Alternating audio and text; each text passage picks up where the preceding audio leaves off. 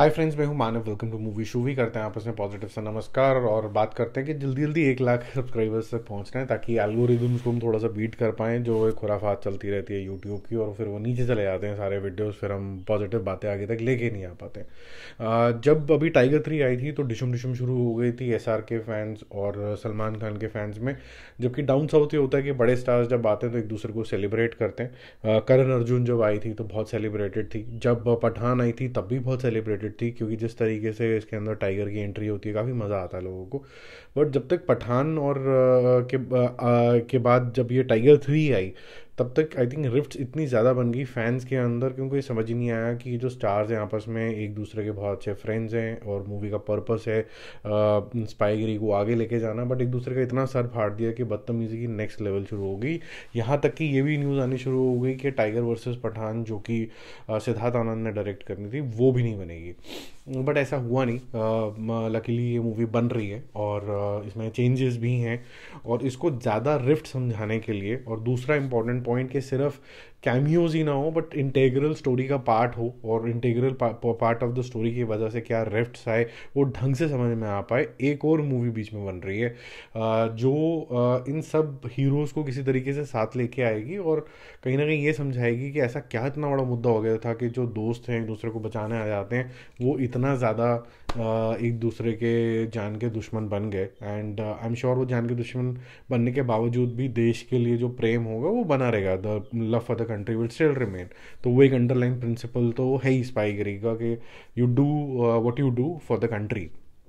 चाहे वो कबीर का ही क्यों ना रोल हो, जो कि वो बोलेगा कि दुनिया के लिए मैं मर गया लेकिन मैं फिर भी अंडर कवर काम करता रहूँगा।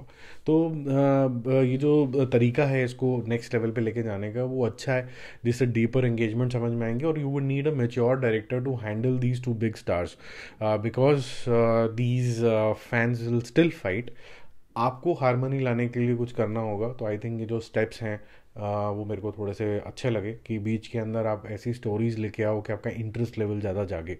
तो wishing good luck to this franchise.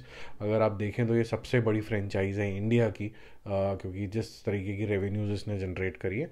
But as fans हम ये इनको चैलेंज करेंगे मेकर्स को कि यार हो गया अब ये कैमियो वैमियो का, हमें कैमियो नहीं चाहिए, हमें ये लोग integral part of the story चाहिए।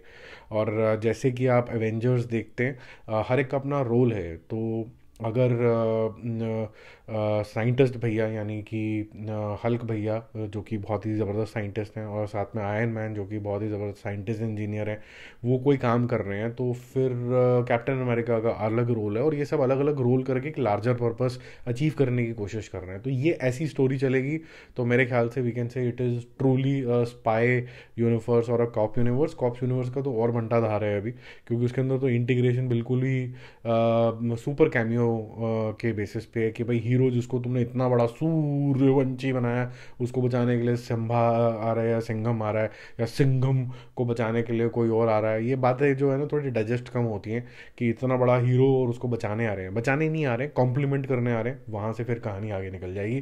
तो आई थिंक यशराज ने अगर ये वीडियो नहीं सुना तो उनको टैग कर दूंगा कि भाई कॉम्प्लीमेंट करो एक दूसरे को तो आगे जाओगे। और अगर एक दूसरे को सिर्फ एक बेवकूफ़ बनाओगे कैमियो शैमियो करके, तो अल्टीमेटली तो जनता फिर then will start neglecting. But ये जो स्टेप है इन बिटवीन मूवी बनाने का, मेरे को लगता है ये राइटफुल स्टेप है। इससे थोड़ा ब्रीदर जनता को भी मिल जाएगा कि इन दोनों को साथ क्यों देखना है।